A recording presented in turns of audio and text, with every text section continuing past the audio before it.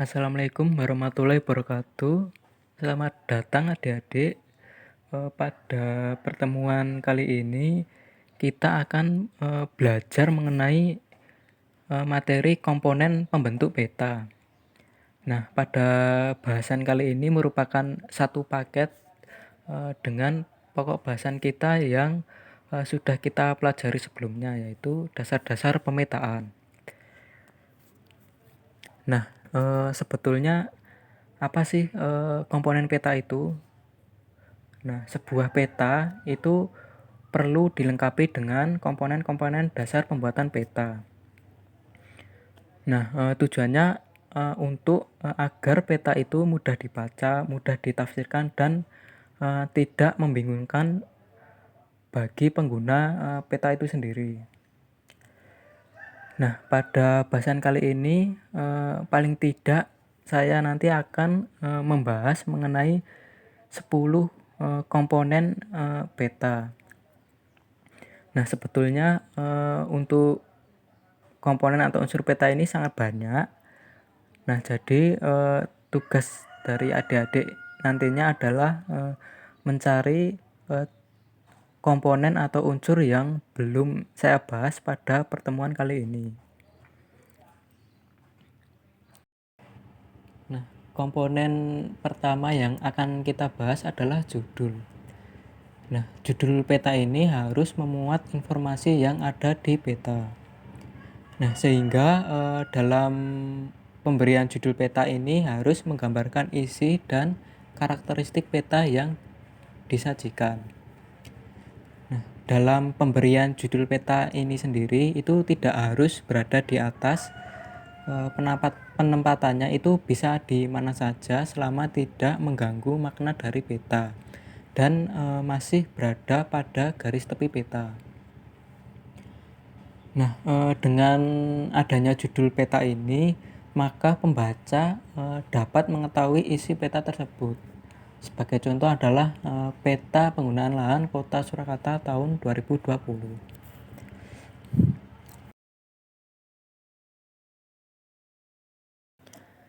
Nah, adik-adik, untuk komponen selanjutnya adalah skala.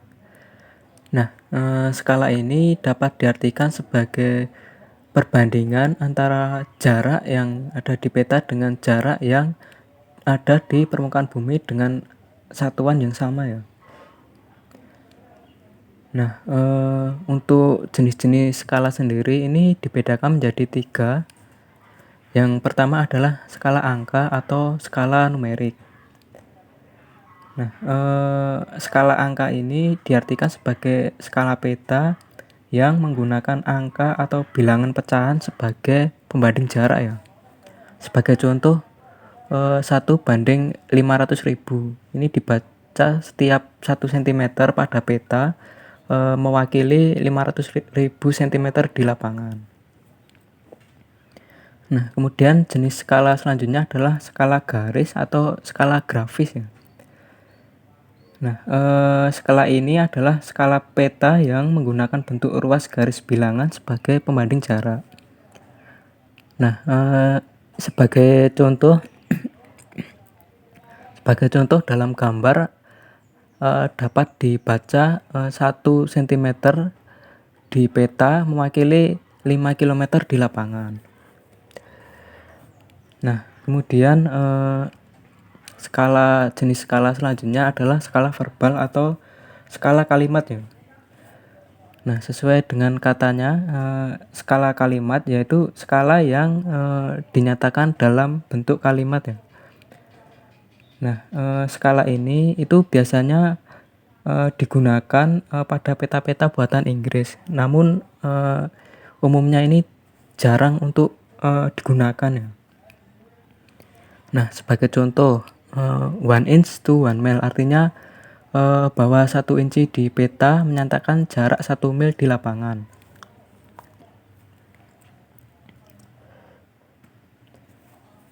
Nah, selanjutnya yaitu perhitungan skala ya. Nah, yang pertama adalah membandingkan dua peta dengan syarat wilayah cakupan yang sama. Nah, untuk menghitung masalah ini itu menggunakan rumus P2 sama dengan D1 per D2 kali P1. Nah, di mana P2 ini penyebut skala peta yang ingin dicari, kemudian D1 adalah jarak pada peta yang sudah diketahui skalanya, yaitu peta 1 ya. Kemudian D2 adalah jarak pada peta 2 yang ingin dicari. Kemudian untuk P1 adalah penyebut skala peta 1 yang sudah diketahui.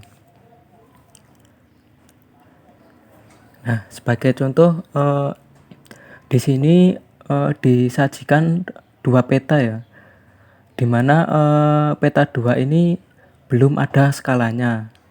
Nah, untuk mengetahui skala dari peta 2 ini, yang pertama-tama kita menentukan terlebih dahulu P1-nya, D1 dan D2-nya, di mana P1 dalam contoh ini adalah skala dari peta 1 yaitu 50.000. Kemudian jarak dari peta 1 adalah 4 cm. Kemudian D2 atau jarak dari peta 2 adalah 2 cm.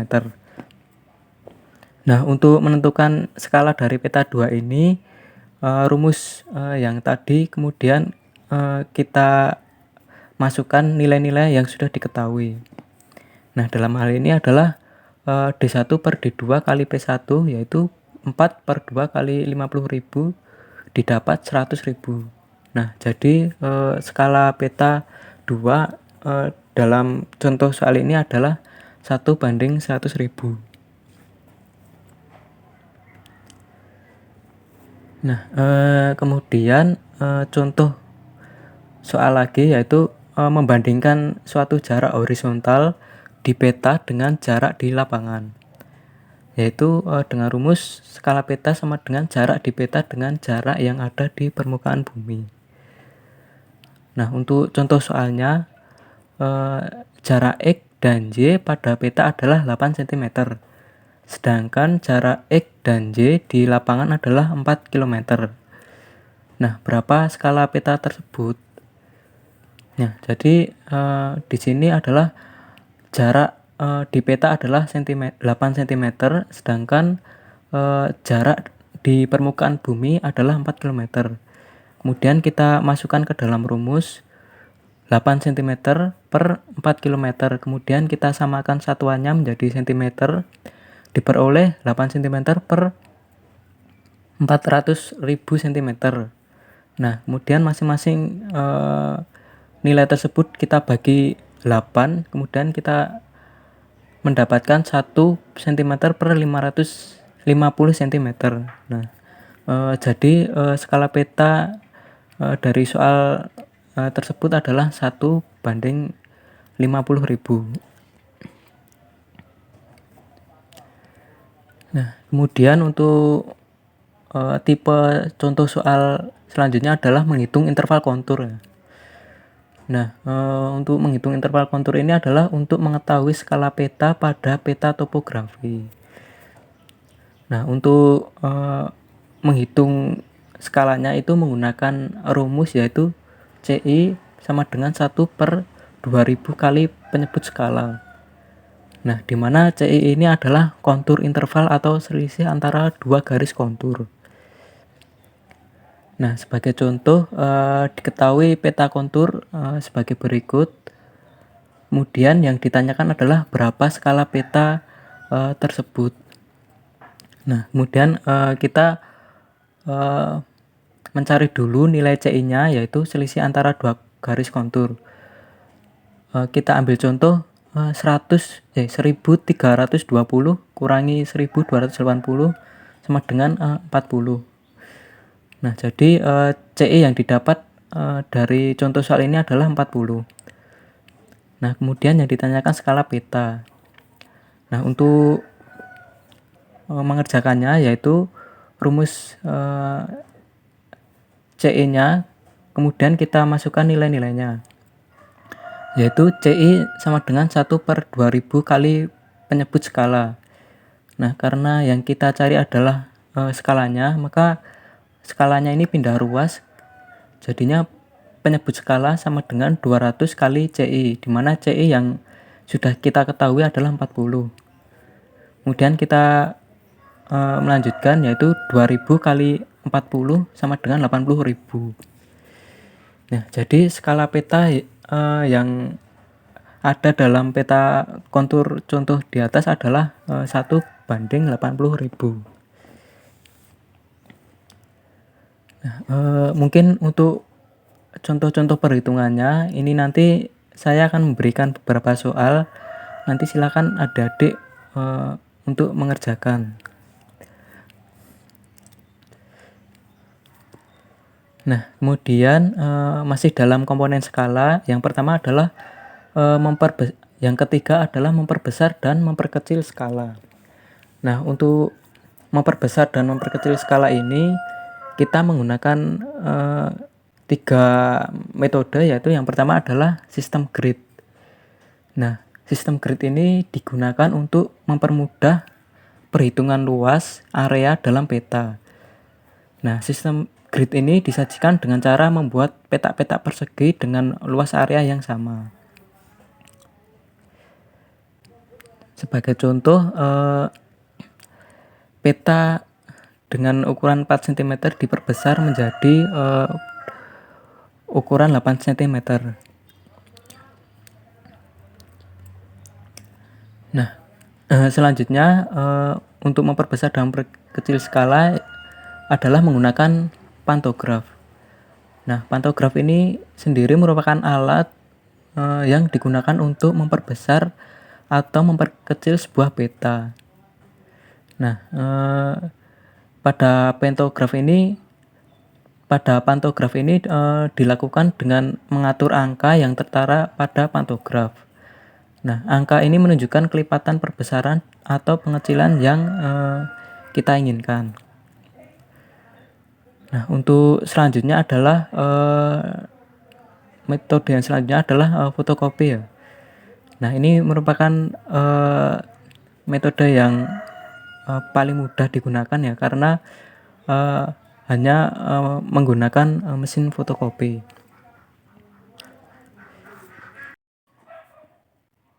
Nah, komponen selanjutnya adalah legenda. Nah, legenda ini dapat diartikan sebagai kumpulan dari simbol-simbol yang ada pada peta yang dilengkapi dengan penjelasannya. Nah, legenda ini merupakan kunci dalam memahami sebuah peta. Nah, sedangkan simbol sendiri diartikan sebagai tanda atau gambar yang mewakili kenampakan yang ada di permukaan bumi. Nah, untuk jenis-jenis simbol pada peta ini dibagi menjadi 3.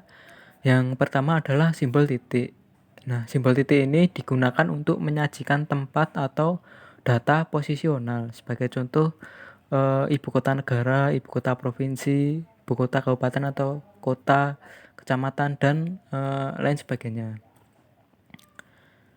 Nah, kemudian yang kedua adalah simbol garis. Nah, simbol garis ini digunakan untuk menyajikan data yang berhubungan dengan jarak.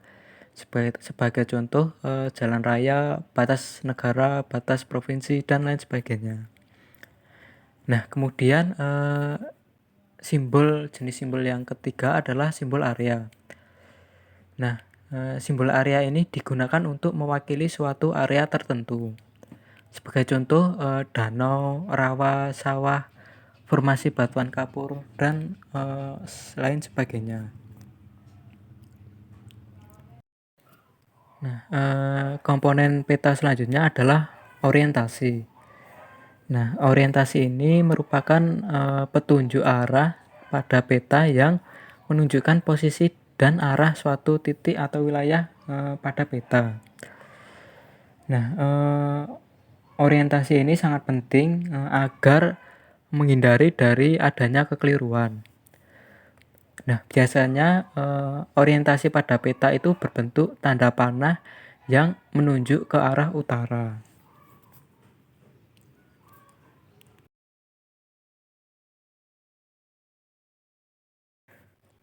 Nah, komponen selanjutnya adalah inset peta. Nah, inset peta ini menunjukkan kedudukan daerah yang dipetakan terhadap daerah di sekitarnya.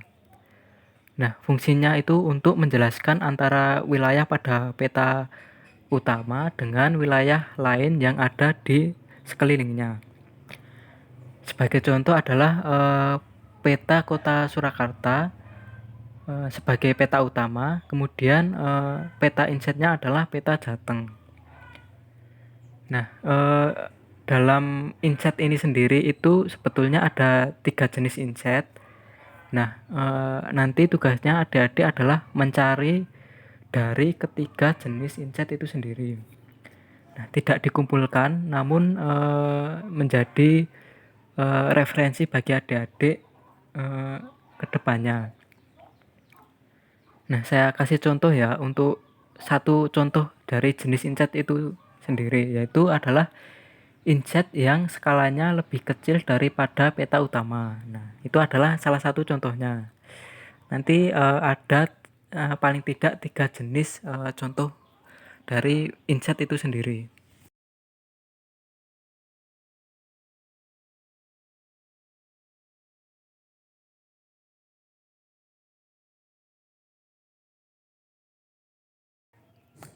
Komponen peta selanjutnya adalah lettering dan warna peta. Nah, lettering ini sendiri dapat diartikan sebagai semua tulisan yang bermakna yang terdapat pada peta. Nah, penggunaan bentuk huruf sendiri meliputi huruf kapital, huruf kecil, huruf kombinasi kapital kecil, kemudian tegak dan miring. Nah, di sini akan disajikan beberapa contoh cara penulisan pada peta, yaitu yang pertama adalah judul peta itu ditulis dengan huruf kapital dan tegak. Nah, kemudian hal-hal yang berkaitan dengan air itu ditulis dengan huruf miring. Nah, tulisan untuk sungai sejajar dengan arah sungai dan terletak di atas atau di bawahnya.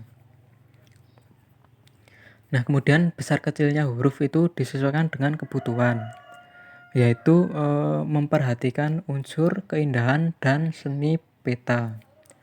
Nah, kemudian tulisan nama ibu kota itu lebih besar daripada tulisan nama kota-kota lain. Nah, kemudian adalah warna peta. Nah, warna peta ini sendiri mempunyai peranan yang sangat penting dalam membedakan berbagai unsur yang terdapat dalam peta. Nah, warna-warna itu sendiri meliputi yang pertama adalah warna coklat ya. Nah, warna coklat ini untuk menunjukkan daerah yang mempunyai kemiringan. Kemudian warna biru. Nah, warna biru ini digunakan untuk menunjukkan tubuh air. Nah, kemudian untuk warna hijau. Nah, warna hijau ini digunakan untuk menunjukkan dataran rendah ataupun bisa vegetasi, tumbuhan serta hutan. Nah, kemudian untuk warna merah dan hitam ini bisa digunakan untuk menunjukkan jalan raya atau ibu kota atau kota. Kemudian untuk warna hitam bisa ditunjukkan untuk batas administrasi, lettering maupun detail penghunian. Nah, selanjutnya adalah garis tepi atau border ya. Nah, garis tepi atau border ini adalah garis yang terletak di bagian tepi peta dan ujung-ujung dari tiap garis itu saling bertemu dan berdekatan. Nah, garis tepi atau border ini berguna untuk membantu dalam pembuatan peta agar terlihat lebih rapi. Nah, biasanya garis atau border ini dibuat rangkap 2 atau tebal ya. Nah, seperti yang ada pada contoh berikut.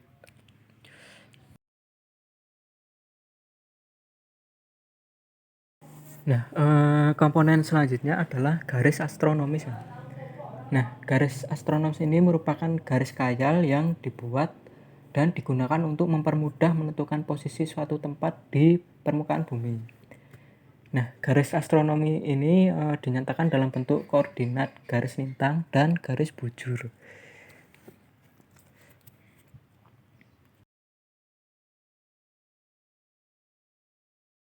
Nah, selanjutnya adalah sumber data dan tahun pembuatan peta. Nah, sumber data dan tahun pembuatan peta ini perlu dimasukkan ke dalam peta agar bisa diketahui dari mana asal datanya dan tahun pembuatannya.